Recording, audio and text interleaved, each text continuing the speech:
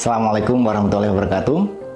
Pada episode kali ini, Cakap Buku akan memperbincangkan tentang sebuah novel tentang terbang. Novel ini terus terang novel pertama saya yang saya tulis sebagai seorang dosen di teknik mesin, tetapi memiliki passion di karya sastra novel. Nah, kita akan membaginya menjadi 5 chapter.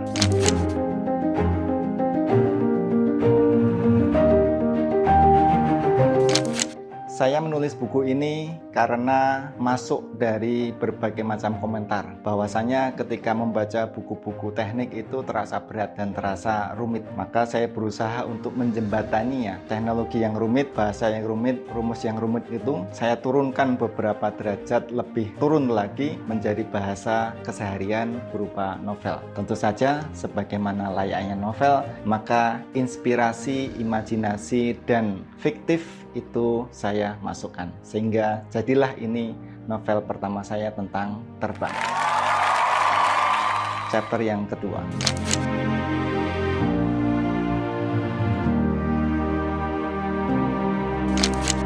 Buku ini berbicara tentang unmanned aerial vehicle atau drone atau pesawat tanpa awak, tetapi berusaha dikemas dalam sebuah storytelling, memperkenalkan tentang sosok anak muda, lebih tepatnya lagi adalah pemuda di desa yang sedang bertumbuh bernama Rasayana. Rasayana tumbuh dalam keterbatasan, dia tinggal pada daerah yang terpencil, teknologinya sangat terbatas sekali, tetapi mimpinya sangat tinggi. Setiap hari Rasayana melihat bagaimana burung bisa terbang. Maka kemudian dia terinspirasi untuk membuat sesuatu yang bisa terbang tetapi bermanfaat bagi semuanya. Rasanya tidak sendiri, dia bersama dengan teman-teman masa kecilnya, sahabatnya, Dirga dan Aira. Tentu saja di sini kita juga akan mendapatkan konflik serta dunia imajinasi. Konflik itu datang dari orang-orang yang menentang ide besar dari Rasayana, dan dunia imajinasi kita akan nanti dibawa ke dalam dunia turbulensi dan dunia penuh mistis tentang kaum pengendali angin. Chapter yang ketiga.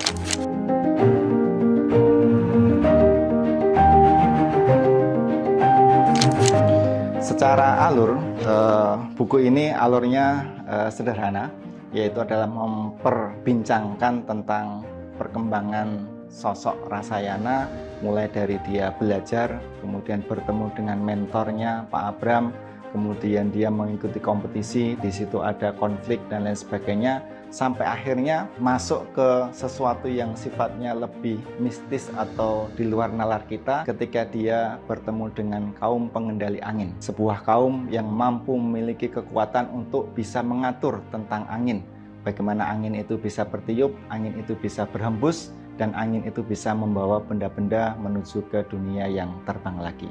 Akhirnya kemudian Rasayana bisa memenangkan kompetisi tentang UAV atau drone, kemudian dia berkesempatan untuk menempuh pendidikan di akademi yang ideal, yaitu Akademi Force, yang ditemukan disusun oleh para ilmuwan ternama di bidang aerodinamika dan dirgantara. Akhirnya kemudian dia kembali ke desanya untuk mengabdikan ilmu agar anak-anak di sana menjadi semakin maju.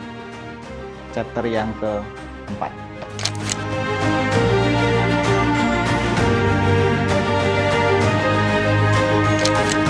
Di sini tentu saja gaya bahasanya berbeda dengan bahasa akademik atau formal. Di sini nanti Anda akan menemukan bagaimana bahasa-bahasa metaforis, bahasa-bahasa penuh dengan cinta, bahasa-bahasa dengan sastra, bahasa-bahasa tentang konflik, bahkan nanti ada umpatan dan mimpi yang tinggi akan Anda temukan pada buku ini.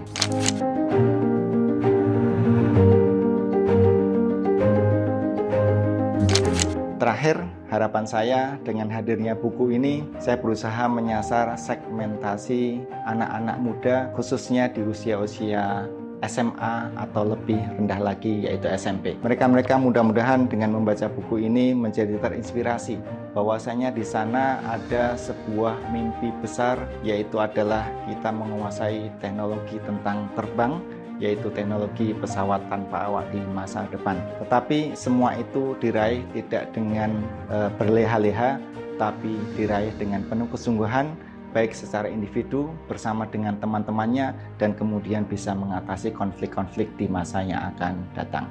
Saya rasa mudah-mudahan Anda semuanya bisa tertarik. Kalaupun merasa penasaran, nanti bisa mulai melihat-lihat bagaimana novel saya yang pertama ini. Akhirnya mudah-mudahan novel ini menjadi salah satu kontribusi yang positif bagi perkembangan literasi di Indonesia. Demikian dari saya. Selamat siang. Assalamualaikum warahmatullahi wabarakatuh.